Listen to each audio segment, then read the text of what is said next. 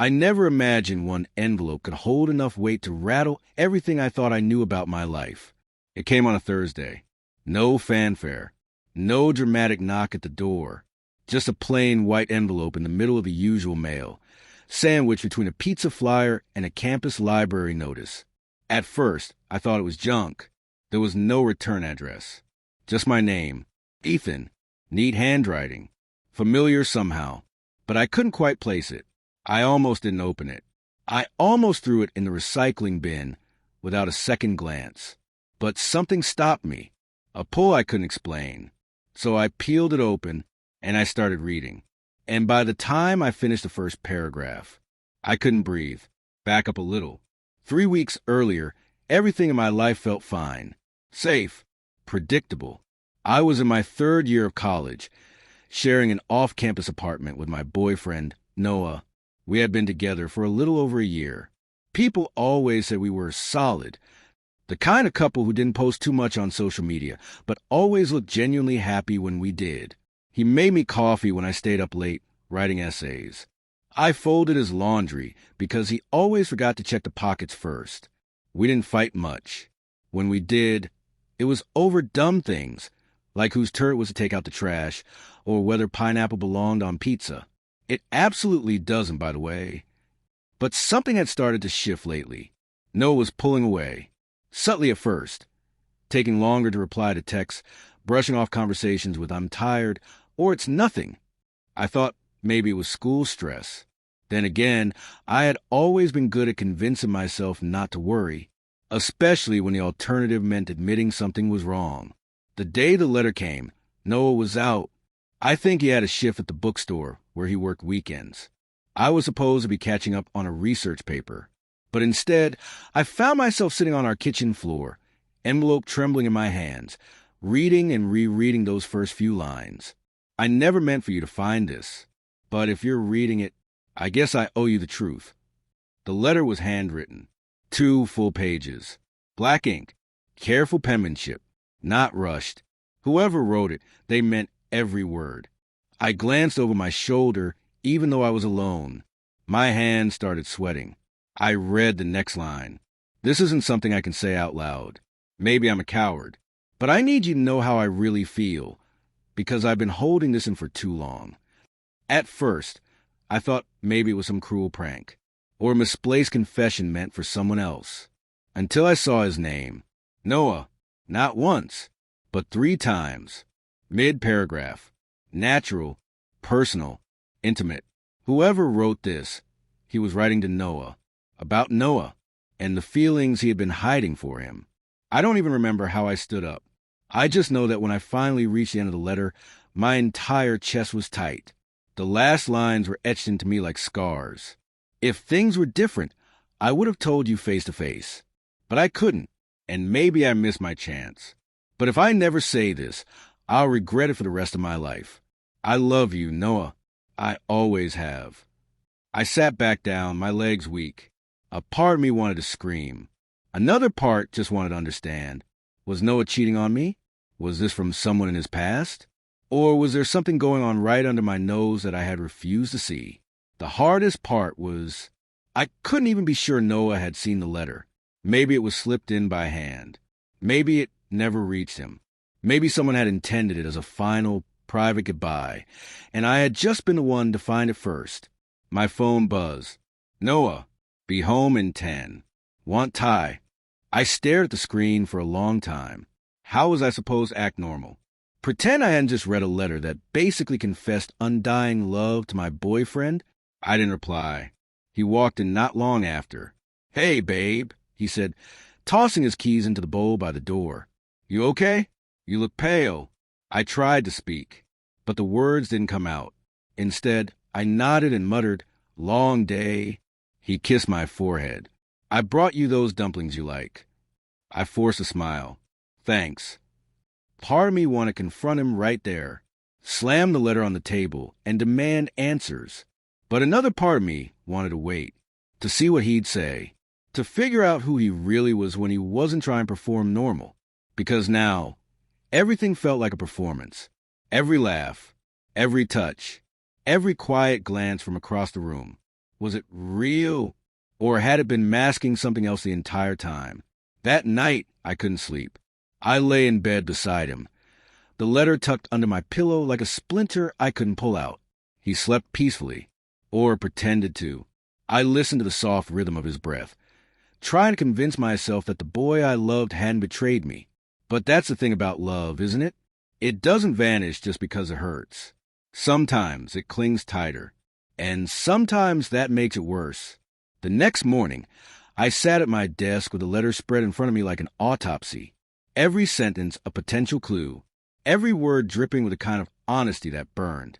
And that's when I made a decision. I needed to know the truth. But I wouldn't ask Noah yet. Not until I figured out who wrote it. Because only then could I understand the full story. Only then could I decide whether to stay or walk away from the person I thought I knew best. And before I continue this journey with you, if you've been here from the start or just stumbled onto this story, I want to ask something real. I'm trying to reach my first 1,000 subscribers. Once we hit that milestone, I'll finally reveal something deeply personal I've never shared before. Your one subscription can help make that moment possible.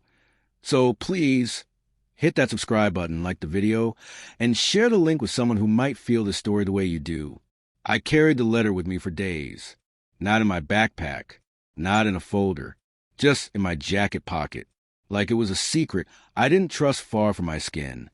I kept rereading it between classes, in quiet library corners, even while pretending to listen during group meetings. Every word etched itself deeper into my memory, but no matter how many times I studied the loops of the handwriting or the rhythm of the sentences, I couldn't crack it. Who wrote it?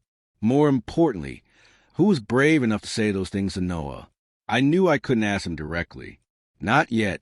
If I accused him and I was wrong, or if I asked and he lied, I'd ruin everything without understanding anything.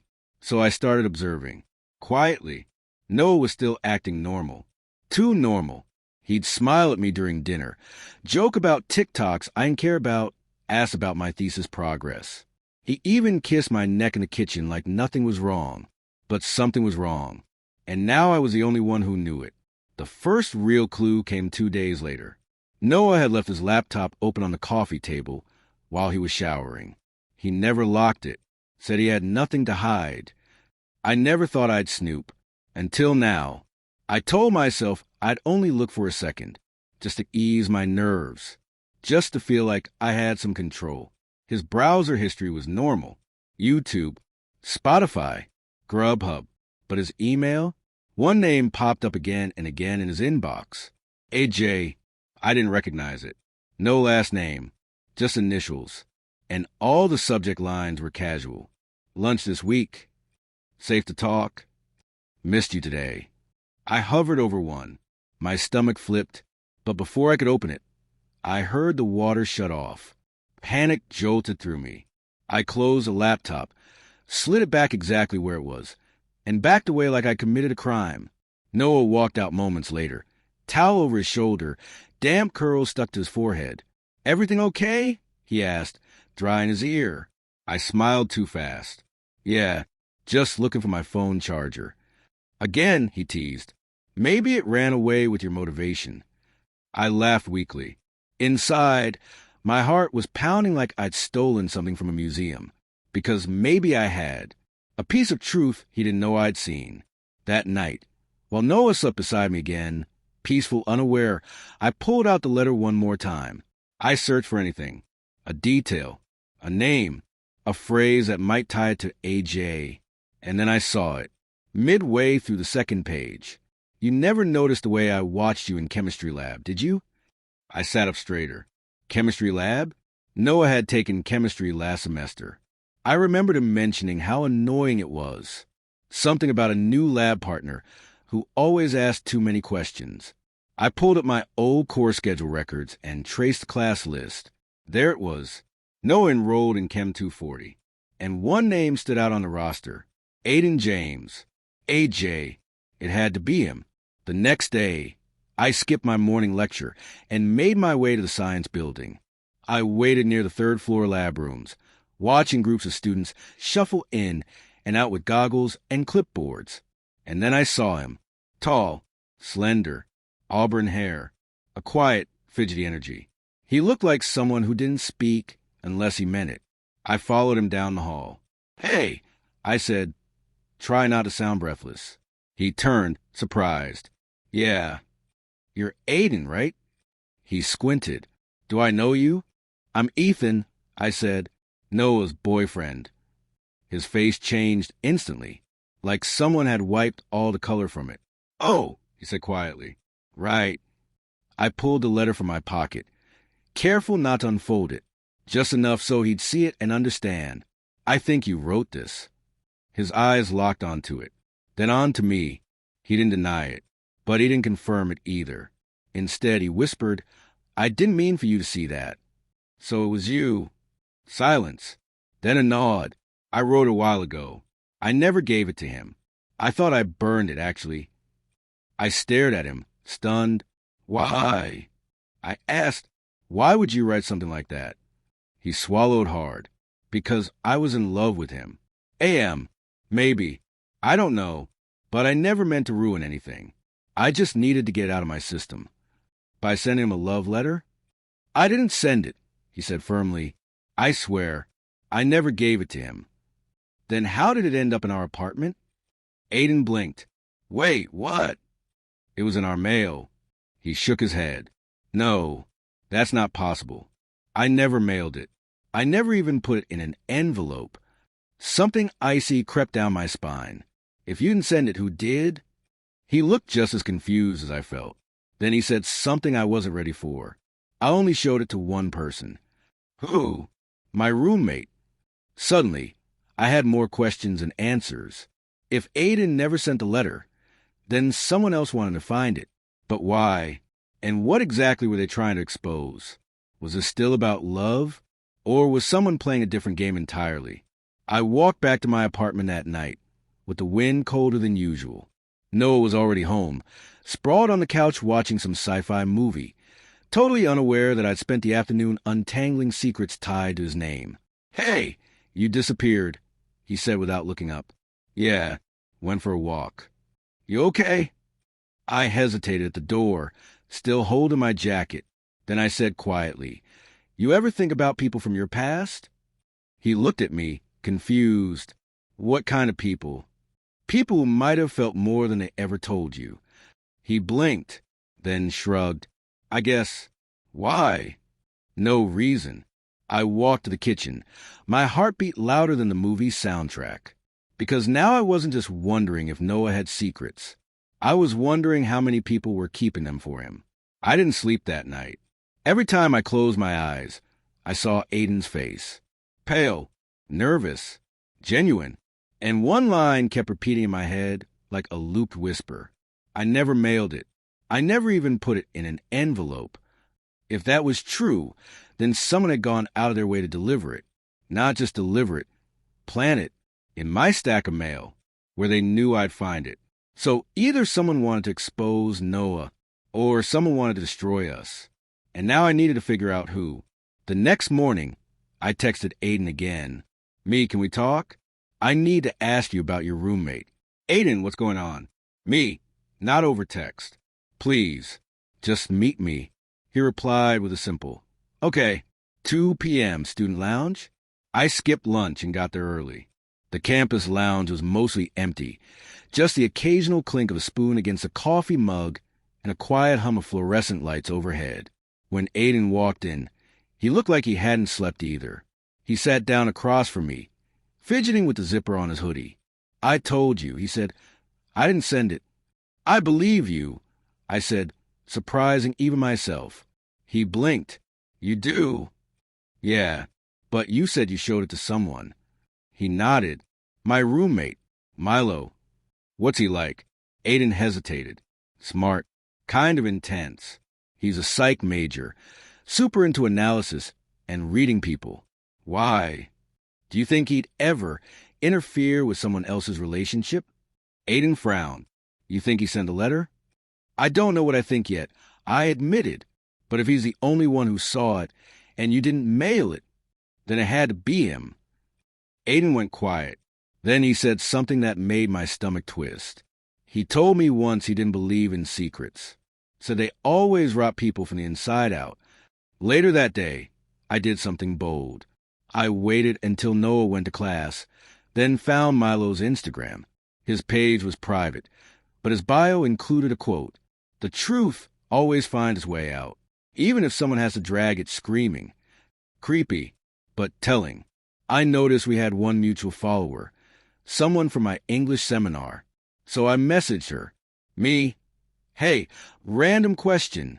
Do you know a guy named Milo Foster?" Her, "Oh yeah, we had a psych class together.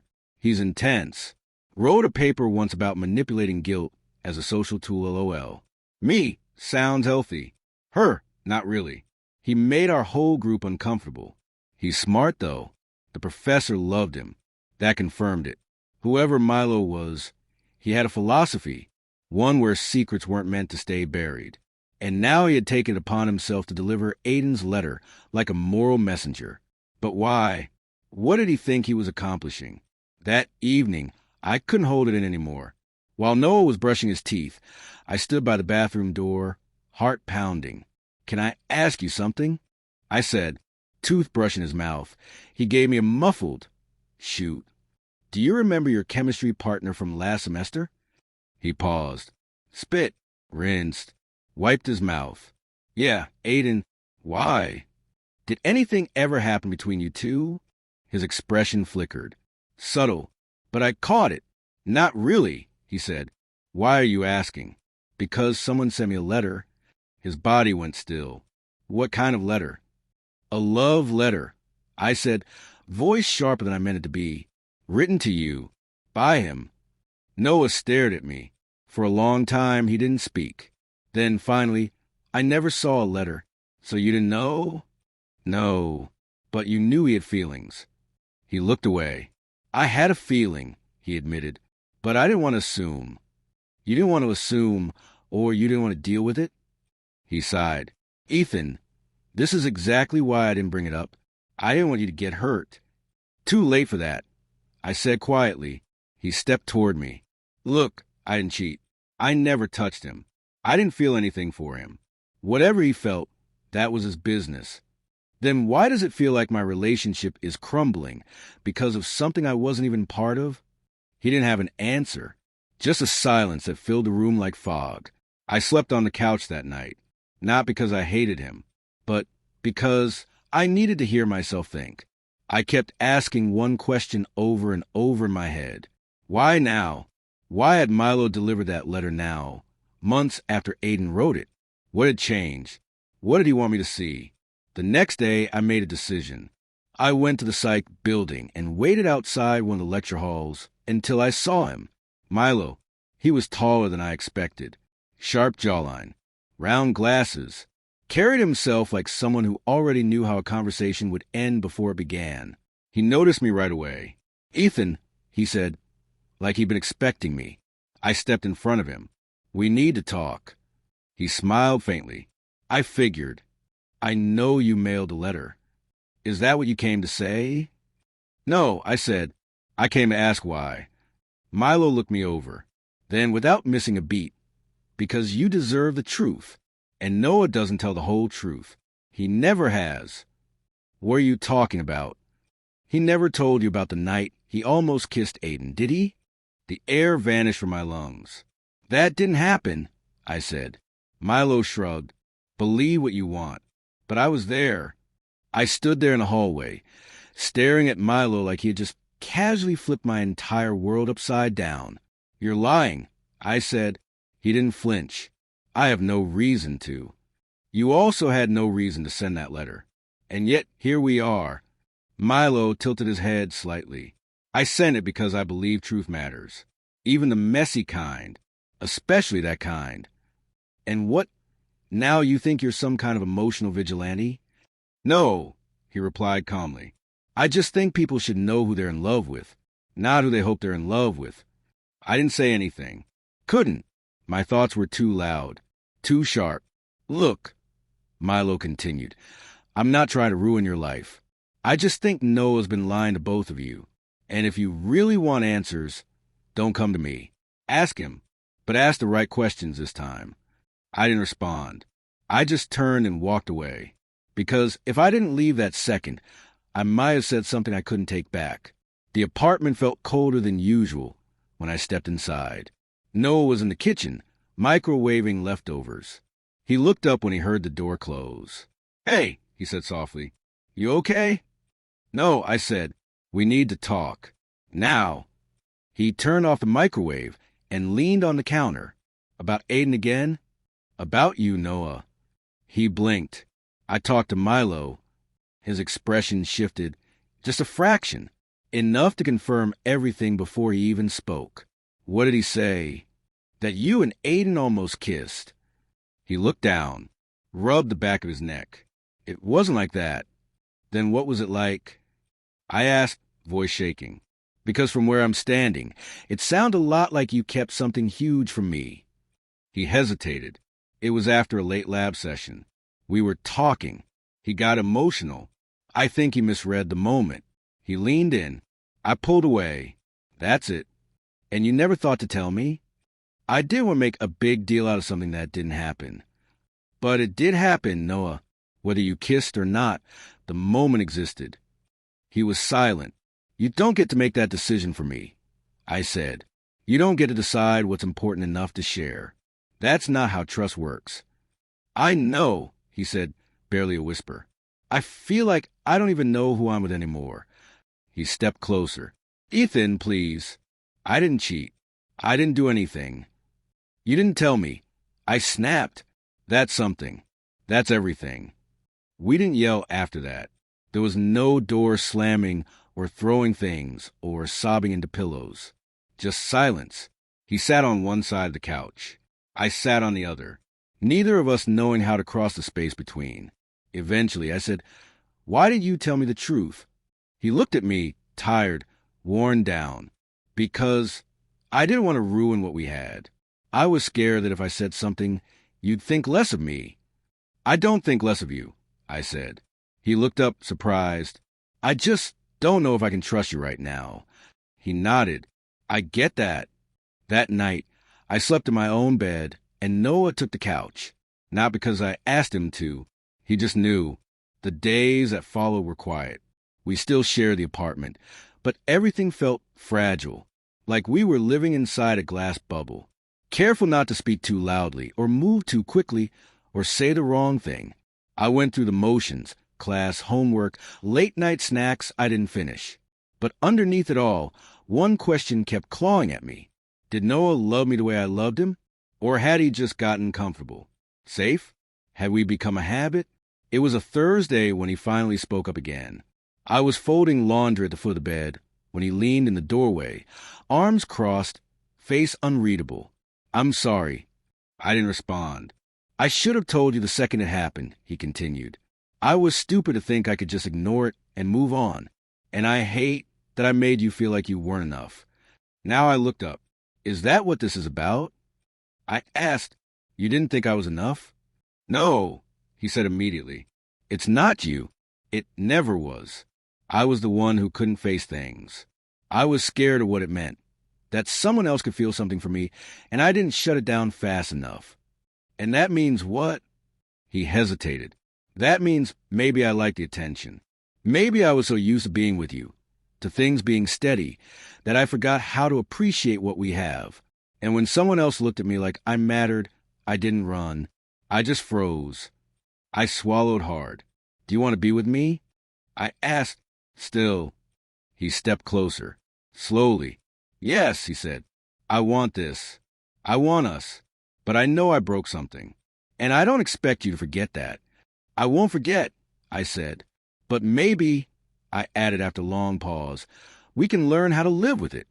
That night, for the first time in days, we talked. Really talked. No defense. No pretending. Just raw honesty. He told me how lost he'd felt since his dad stopped speaking to him after coming out. How he had learned to shut down to survive. How sometimes the quiet felt safer than saying what hurt.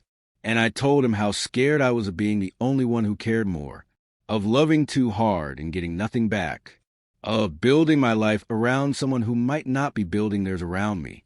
We didn't solve everything, but we started something new. Not perfect, but maybe more honest. There's something cruel about healing. Just when you start to feel like the ground beneath your feet has stopped shifting, when your heartbeat slows and your chest feels just a little lighter, something always happens to pull you back under. For a few days, things between Noah and me felt better. Not perfect, but better. He was more present, more careful with his words. And I was trying to stop analyzing every glance, every pause between the sentences. We weren't rebuilding something old. We were building something new from the pieces. I had even put the letter away, folded neatly and tucked into the back of my dresser drawer. Out of sight, not quite forgotten, but not in my pocket anymore either. But healing is slow, and it doesn't take much to unravel it. It was Sunday morning. The kind of lazy day where sunlight spills through the blinds just right and everything smells like coffee and clean laundry. I was on the couch, half asleep, a blanket draped over me, when my phone buzzed. I expected it to be a group project update, or maybe a meme from a friend, but it wasn't. Aiden James. A text out of nowhere. I think you deserve to know something. If you're ready. My heart flipped. I sat up, instantly alert. I stared at the message for a long time before replying. What is it? Aiden's typing bubble appeared, disappeared, then reappeared. Finally, there's more to what happened that night. What Milo told you wasn't the whole story. I didn't reply right away.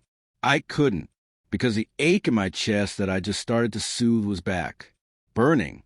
I heard the shower running down the hall. Noah was singing quietly, his voice echoing in that casual, safe way that used to make me feel at home. But now it felt like background noise to something I hadn't prepared for. I texted Aiden again. What aren't you saying? His response came quickly. Can we meet? I don't want to say this over text. An hour later, we were sitting in the corner of a near-empty cafe. Rain tapping lightly against a window. Aiden looked different this time. Less anxious. More resolved. I almost didn't come. I admitted. I wouldn't blame you if you hadn't. Just say it, I said. Whatever it is. I'm here. Aiden folded his hands on the table. Looked me in the eye. That night in the lab, he began. I didn't just lean in. I asked him if he'd ever wondered what it would be like to kiss me. My throat tightened, and he didn't say no. I blinked. What? He didn't say yes either. Aiden added quickly. He just stared at me for a long time, like he had wondered, like he didn't know what to do. I shook my head slowly. He told me he pulled away. He did, eventually, but it wasn't immediate, and he didn't look shocked or horrified or any of the things I expected. He looked sad. Aiden took a breath. I think, for a second, he wanted it, and that's what scared him the most. I didn't cry. Not there. Not in public. But inside, I felt something sink. Because suddenly, all those almost in Noah's story felt heavier. Not a lie, but not the truth, either. The kind of truth that hides in silence. I left the cafe without saying much else. Aiden didn't try to stop me. He just said quietly, I'm sorry. I didn't tell you before because I thought it didn't matter anymore. But I think you needed to know. Maybe he was right. Or maybe I had needed to lie more. When I got home, Noah was in the kitchen, barefoot, making pasta. He smiled when he saw me. Hey, I was just about to. Don't, I said softly. His smile faded. What happened? I set my keys down. I talked to Aiden. Silence. I know what really happened that night. Noah didn't speak, because he didn't have to. His eyes told me everything. You didn't say no, I said, more to myself than to him. You stood there and thought about it. I didn't kiss him, he said quietly, but you wanted to. He didn't deny it. I didn't think you'd ever find out, he whispered. That's the problem. Noah, you keep living like secrets are safer than honesty. I didn't mean to hurt you, but you did, and not just by what happened, by hiding it. I slept in my car that night, not because I hated him, not because I wanted to make a point, but because I didn't know what home meant anymore. The next morning, I woke up with a crick in my neck and 1,000 questions I couldn't answer. I drove to the lake. The one we used to go to during our first few months together. Back when everything felt new. I sat by the water, watched the sun try to push through the clouds, and finally asked myself the question I've been avoiding for days. Do I still trust him? And worse, do I still love him? Or do I just love who he used to be? Back at the apartment, Noah was waiting by the door like a ghost. "Please don't leave," he said, eyes red. "I'm not leaving," I replied, "but I'm not staying like this either." "What do you mean?" "I need time, space, a reason to believe that this isn't going to happen again." He nodded slowly. "I'll give you that." And for the first time, he didn't try to fix it. He just listened. Maybe that was a start. Or maybe it was too late. A week passed. One long, aching week where we lived in the same apartment but barely spoke. We moved around each other like ghosts, present but never touching, never connecting. I took the bedroom. He stayed on the couch. Even the cat seemed confused by the silence. And it wasn't just the quiet that hurt. It was the absence of everything we used to be. Laughter, late-night TV, shoulder brushes in the hallway, random texts just to say, "Miss you even though you're 5 feet away." All of it gone. And then the doorbell rang. It was a Saturday. I was still in my hoodie, cradling coffee like it was the only thing holding me together. Noah opened the door before I got there, and I heard his breath catch. Then a voice. Low, familiar, but not to me. "Hey." Long time. I rounded the corner, just in time to see a guy step inside. About Noah's age, broad-shouldered, soft jawline, deep brown eyes with a tired kindness behind them. Noah didn't smile, didn't speak, just stared. "Who?" I started. The guy turned to me. "I'm Jesse," he said, extending a hand. "Noah's ex." That word hit harder than I expected. Ex. We never talked much about Noah's dating history. Just bits and pieces here and there. Vague mentions of a guy I dated in high school or someone I used to see before I moved. But I never thought I'd meet one. Especially not like this. Especially not now. Noah stepped in, clearing his throat. "Jesse, this is Ethan." "Ethan, Jesse." We shook hands. His grip was steady, warm, confident, the opposite of how I felt inside. "I was just in town," Jesse said casually. "Thought I'd check in. You never answer your texts anymore." Noah forced a smile. "Yeah, things have been busy." "Is this a bad time?" Jesse asked, eyes flicking between us. Yes, I wanted to say, absolutely. But instead I said, not at all. The three of us sat in the living room. Tension curled in the air like invisible thread. "So," Jesse said to me, "how long have you two been together?" I hesitated. "A little over a year." He nodded. "That's good. Noah's always more of a 3 months then run kind of guy back in the day." I forced a laugh. Noah didn't laugh at all. Jesse looked around the apartment.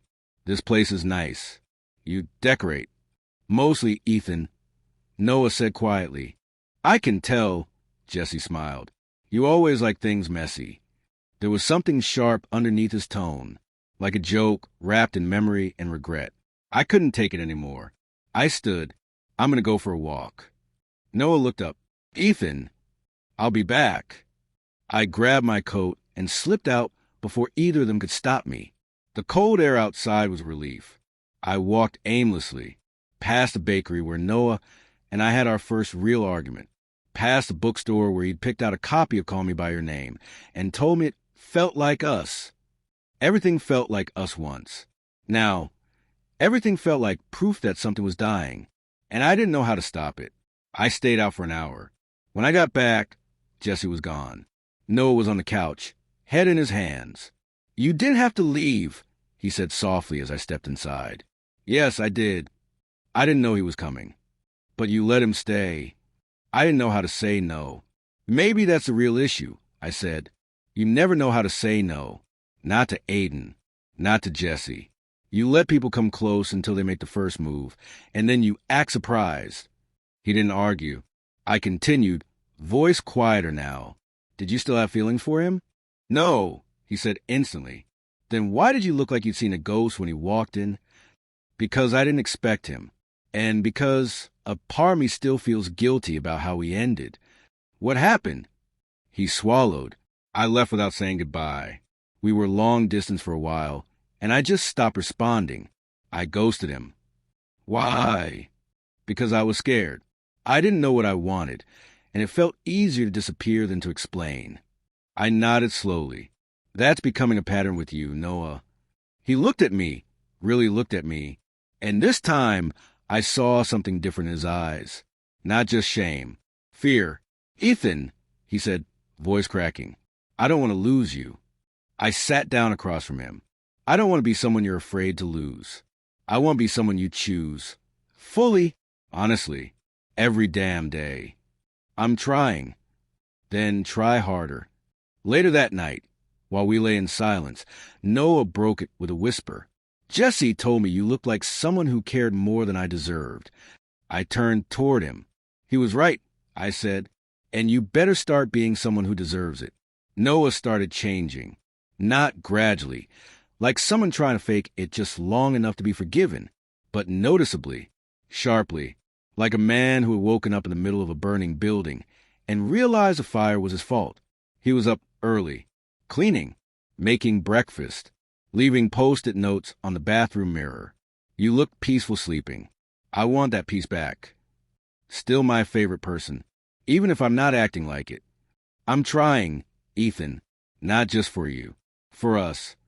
They weren't big gestures, but they were real, and for the first time in weeks, I started to let myself believe that maybe we could rebuild. But healing isn't just about trying harder. It's also about being honest when things hurt. And neither of us was ready for the next hurt coming. It happened on a Wednesday. I was at the kitchen table grading some practice quizzes for my tutoring students when Noah came in holding a small box. It was wooden, handcrafted, the kind that felt too personal to be meaningless. I found this while cleaning my closet, he said. I looked up. What is it? It's something I kept from before. Before you. He sat down beside me and slowly opened the box. Inside, Polaroids, a dried flower, a tiny key, a folded note, and a bracelet, leather-bound, worn smooth with time. I picked it up. It was Jesse's, he said quietly. He gave it to me before I left for college. So I wouldn't forget what love felt like when things got hard. I held it for a moment, then set it down. Noah reached for the folded note next. He paused, eyes scanning it, lips parting just slightly as if something stung him. He looked over at me. You can read it if you want. I didn't reach for it. I don't need to read Jesse's words, I said. What I need is to understand yours. What do you mean? I mean, you've shown me who you were with him, with Aiden, with Milo in the background stirring everything up.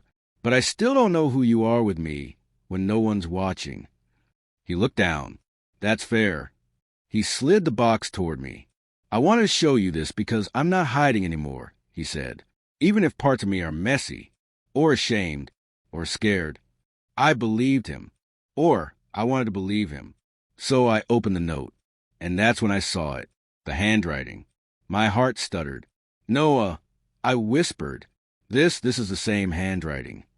He looked confused. What? This. I pointed to the curves, the slants, the pressure of the pen. This handwriting. It matches the letter that was sent to me, the one that Aiden supposedly wrote. Noah's eyes widened. He took the note from my hand, studied it. No, he said slowly. This doesn't make sense. Aiden wrote that letter. You saw it. We both did. Yeah, but what if... I trailed off. He finished the sentence for me. What if Jesse sent it? We sat in stunned silence. It was like a door we didn't know existed had suddenly blown open. No, Noah said, shaking his head. He wouldn't. That was so long ago. Why would he get involved now? I stood up, pulse racing. He showed up out of nowhere. He said you never responded. Maybe he was trying to get your attention. You think he wanted to ruin us just to prove something? I don't know what he wanted, but if this really is the same handwriting, then Aiden didn't send the letter, and maybe Milo didn't either. The air turned heavy. Everything that had felt like progress suddenly felt like prelude to something worse. The next day, I went back to Aiden, showed him the photo of Jesse's note. He stared at it, then at me. This isn't mine, he said. This isn't my writing. I told you I never mailed it, and I never rewrote it either. I believed him, but that just left one person. I texted Jesse. Me, we need to talk. Now, no more games. He responded in less than 2 minutes. Sure, your place or mine. I almost laughed at the boldness. Ours. Come clean. Bring whatever truth you've been holding on to. When Jesse arrived, he looked calm. Too calm. Noah and I were sitting together on the couch, shoulder to shoulder for the first time in what felt like forever. Jesse didn't flinch. I figured you'd figure out eventually, he said as he stepped in. You sent the letter, I said flatly. He smiled sadly. I did. Why? Noah asked, voice low, controlled. Because I wanted you to be honest with yourself. About who you are, what you want. You never gave me closure. Noah, you just vanished. You think people forget things like that? You could have just said something. I snapped. Instead, you blew up something we were barely holding together. He looked at me now. And maybe you needed to know the kind of man you were with. I do know, I said, more than ever. Because unlike you, he's trying to be better. Jesse didn't speak for a second, then nodded. I guess I just wanted to remind you both that hiding things doesn't make them disappear. They resurface. Always. He turned and walked out. Didn't even wait for a response. Just left the wreckage for us to sift through. That night, Noah and I sat on the floor in the quiet. No walls between us. Just shared exhaustion and something new. Clarity. You know what hurts the most? I said. He looked over. That it took someone else's lie to force our truth out. He nodded. But I'm glad it did, he said. I met his eyes. Me too. You never expect your own skeletons to come knocking when you're too busy cleaning up someone else's mess. But that's exactly what happened. Noah and I had finally started finding our rhythm again. It wasn't pretty or perfect, but it was something. We were talking more. Really talking. No filters. No tiptoeing. Just raw honesty. Even when it hurt. We deleted old texts, blocked Jesse, and tucked the letter away for good. It didn't matter who had written it anymore. It had done its damage. Now it was about us. Or it should have been. Until I got that email. It came late, past midnight. I was alone in bed scrolling through junk mail when I saw the subject line. I saw your face on his story and realized it was you. The sender, Jamie.Lane at. My stomach dropped. Jamie Lane. I hadn't seen that name in years. He wasn't an ex. Not officially. We were a maybe. What if? One of those messy not quite anythings that still haunt you when the lights go out. I clicked it. Ethan, I know this is random, but I saw Noah's Instagram story last week. You were in the background, and it hit me like a brick. You're the same Ethan I used to talk to during freshman year, right? I've thought about you a lot since then. I know we never really talked about what happened, but I feel like I need to now. You deserve that, especially if you're still with him. Can we meet? Just to clear the air? Jamie. I stared at the screen for what felt like forever. Jamie. He was the first guy I ever almost loved. Before I had words for it. Before I had the courage.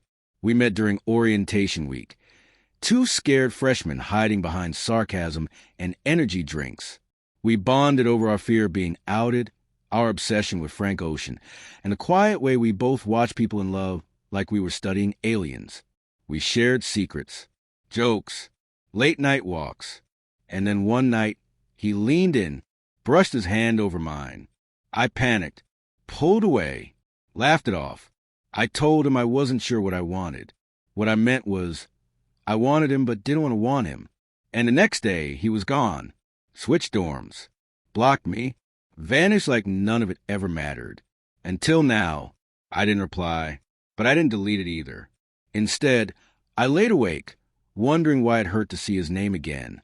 Not because I wanted him, but because I remembered who I was when I met him. Scared, closeted, and full of shame.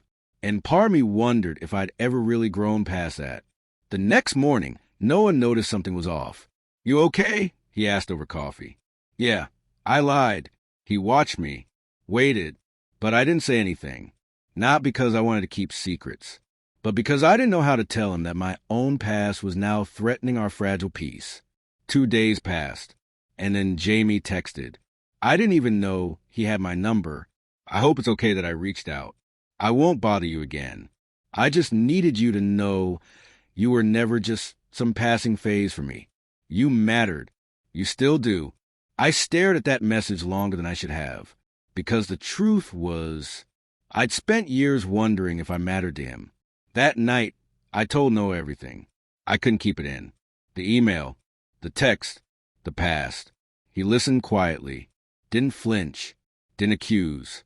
When I was done, I braced for impact, but instead of anger, he said, "Thank you for telling me." I blinked. "You're not mad?" "I mean, maybe a little jealous," he said with a soft smile. "But I'm not mad. You didn't invite this. And you didn't hide it." I looked down. "I almost did. But you didn't." He reached for my hand. That matters more to me than the past. For the first time in weeks, I felt light, like the weight wasn't mine to carry alone. But just as I exhaled, another message, this time from Jamie. No words, just a photo of us, sitting on the library steps at midnight, my head resting on his shoulder, his eyes closed, that look of quiet safety only two people who felt the same fear can share. "Found this. Thought you might want it."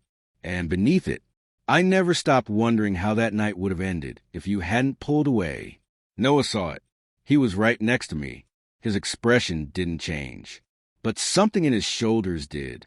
"Are you okay?" I asked gently. "I don't know," he replied. I reached for his hand.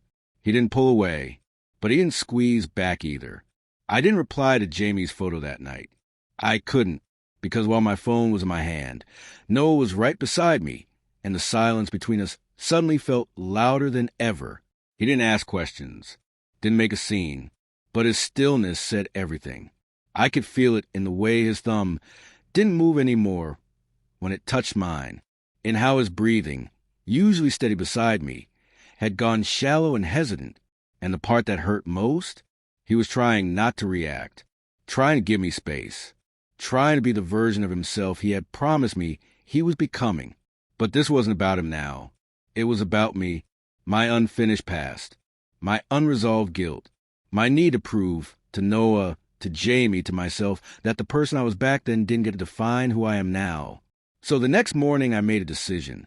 I texted Jamie, "Let's talk. One time. Then we leave it all in the past." He replied almost instantly, "Today, 5 p.m., that bookstore downtown. You remember the one?" Of course I did. That was the same bookstore where we once hid behind poetry shelves and talked about fear like it was something physical we could outrun. I didn't tell Noah where I was going, not because I wanted to keep secrets, but because this wasn't about avoiding the truth. It was about confronting it, alone. When I got to the bookstore, Jamie was already there, leaning against a shelf in the back, thumbing through a book he probably wasn't reading. He looked up when he saw me, smiled. It was a little sad, a little hopeful, and I knew right then he wasn't here just to make peace. He was here because some part of him still wondered, still wanted. "Hey," I said. "Hey." Silence. Then I spoke first. "I'm not here to rewrite anything. I know. And I'm not here to apologize for pulling away. I was scared, confused, but it wasn't your job to fix that." Jamie nodded slowly. "I never wanted you to apologize. I just wanted to understand." I paused. "I wanted to want you." I said honestly. "Back then, I really did. But I was too busy trying to want myself first." His eyes dropped to the floor. "I used to think maybe if you hadn't left that night, we would have worked out. And now," I asked. He shrugged. "Now I think maybe we weren't supposed to, but it still hurt." "I know." He looked at me. "I'm glad you're with someone. He seems to really love you." "He does," I said. "And I love him, even when it's hard, even when I forget how to show it." Jamie smiled faintly. You know, when I saw your face on a story, I didn't know whether to be angry or relieved. Why? Because part of me felt like I'd been replaced. But the bigger part of me realized maybe you found what I couldn't be for you. I swallowed hard. What we had, it mattered, I said, even if it didn't last. It mattered to me, too. He reached into his pocket, pulled out the original photo he'd sent me, held it out. I took it. You keep it, he said. You don't have to hide from who you were to be who you are. And somehow, hearing that from him made something inside me finally relax. We walked out of the bookstore without another word.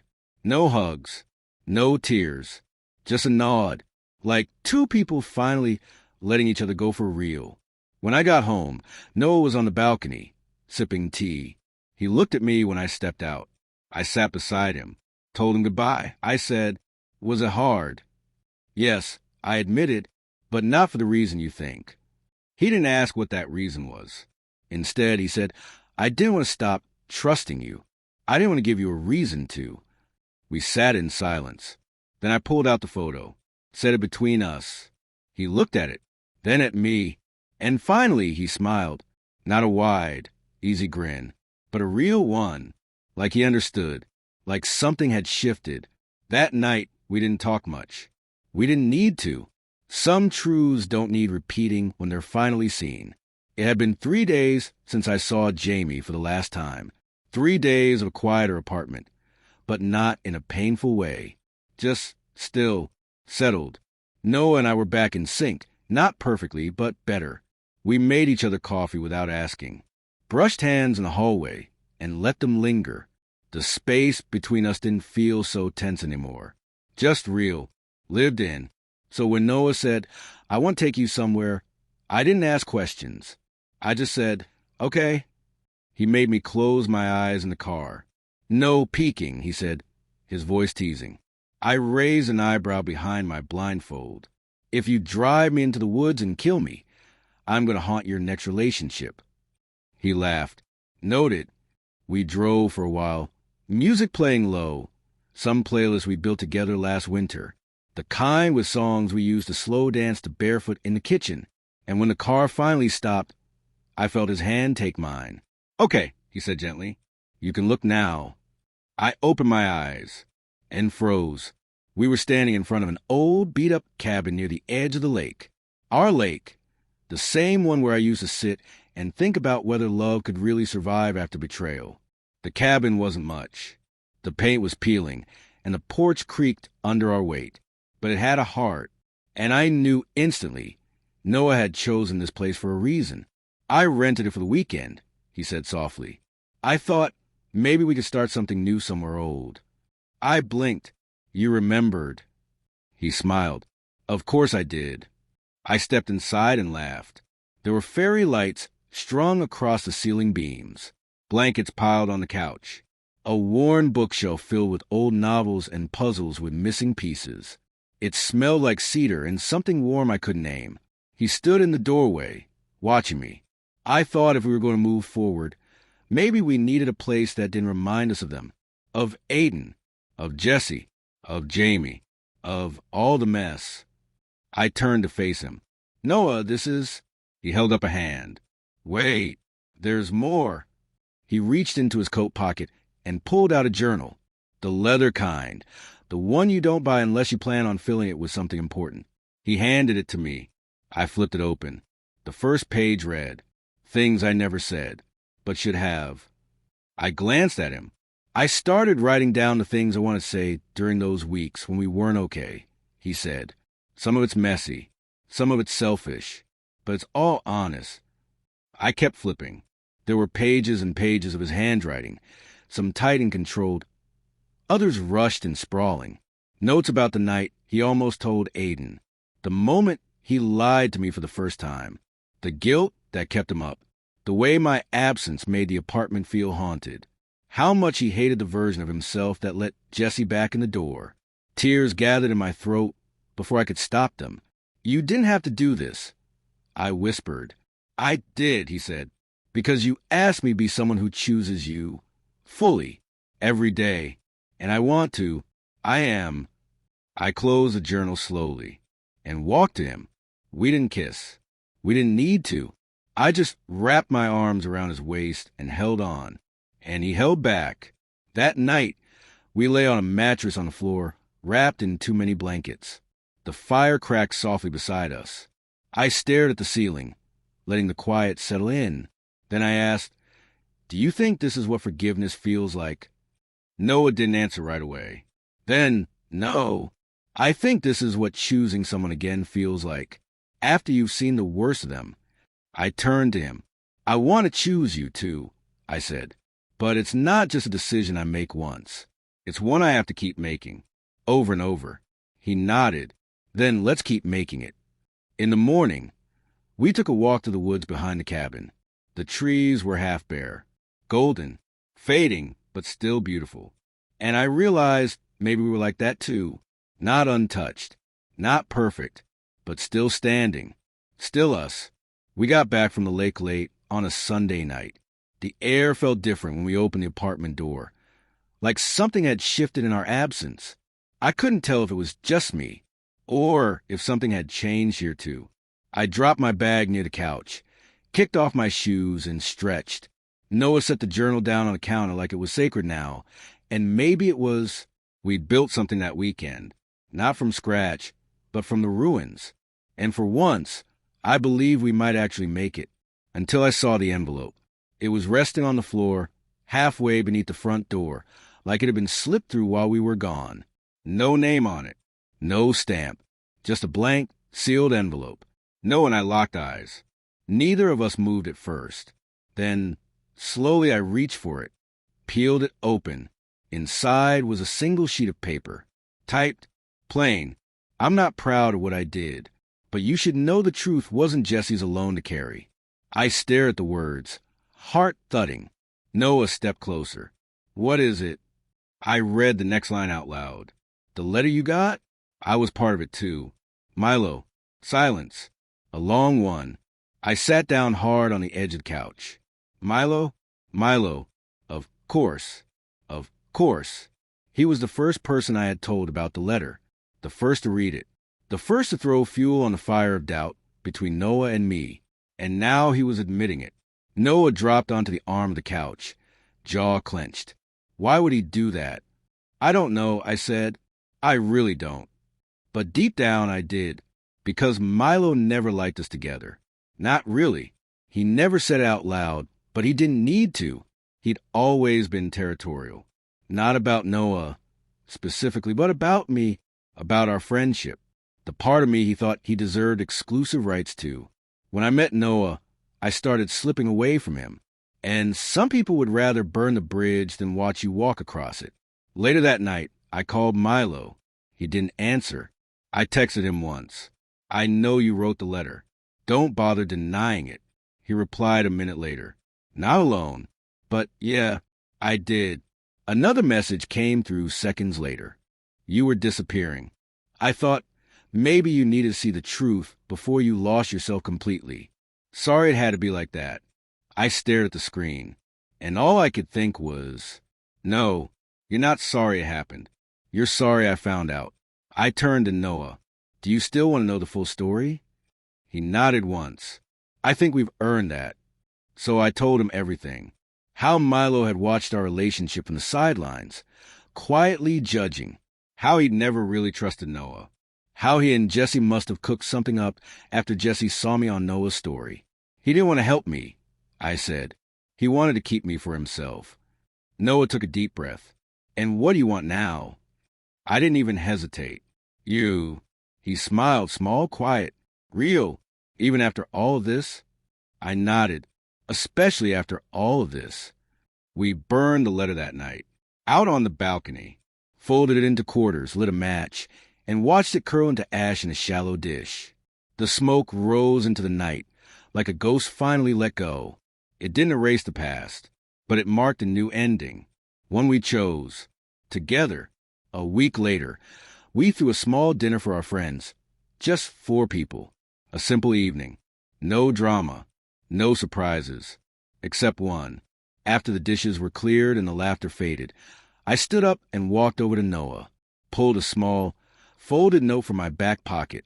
I wrote you something, I said, not a letter to destroy us. Just something I needed you to have. He took it slowly, opened it, read silently, and then his eyes began to shine, because inside was just one sentence. You are the one I choose, even when it's hard to. That night, after everyone left, we sat on the floor in our dim living room, our backs against the couch, his head on my shoulder. No more letters, no more ghosts, just us, learning, finally, that love isn't about perfect beginnings or spotless trust. It's about forgiveness that shows up after the damage and still chooses to stay.